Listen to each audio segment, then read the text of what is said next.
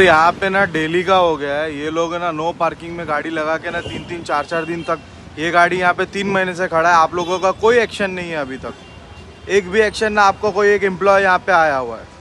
तो यहाँ तो अपर लेवल तक कंप्लेंट करना पड़ेगा सर। हम लोग यहाँ पे ना कंप्लेंट दे दे के थक गए। ये शॉप का हम लोग ना 30-30 40-40 हज़ार भाड़ा भर रहे हैं। यहाँ पे कस्टमर कैसा एंट्री करेगा, कहाँ से एंट्री करेगा आप बताइए ना। देखो ये रिक्शा 3 दिन से यहाँ पे खड़ी है, वो रिक्शा खड़ी है, ये गाड़ी 3 महीने से यहाँ पे खड़ी हुई है। जैसा कि आप देख सकते हो, ये इन लोगों की नो पार्किंग की वजह से ना दुकान में कस्टमर आने को जगह नहीं होती है। कि कस्टमर आए कैसे, और यहाँ के लोग 30,000 40,000 भाड़ा भर रहे हैं। ये भाई लोग की दुकान में इन लोग 40-40 50-50 हज़ार भाड़ा भर रहे हैं, और कस्टमर यहाँ पे अगर अंदर नहीं आने को जगह रहेगी तो इन लोग कैसा सर्वाइव करेंगे।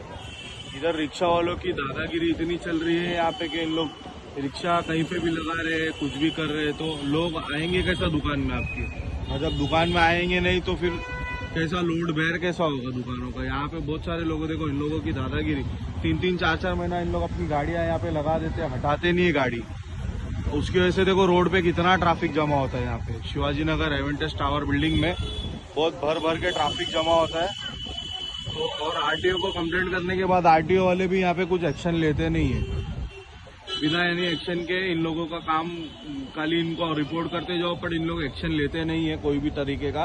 खाली बस बोलते चेक करते 2 महीने से यहाँ पे यही चालू है।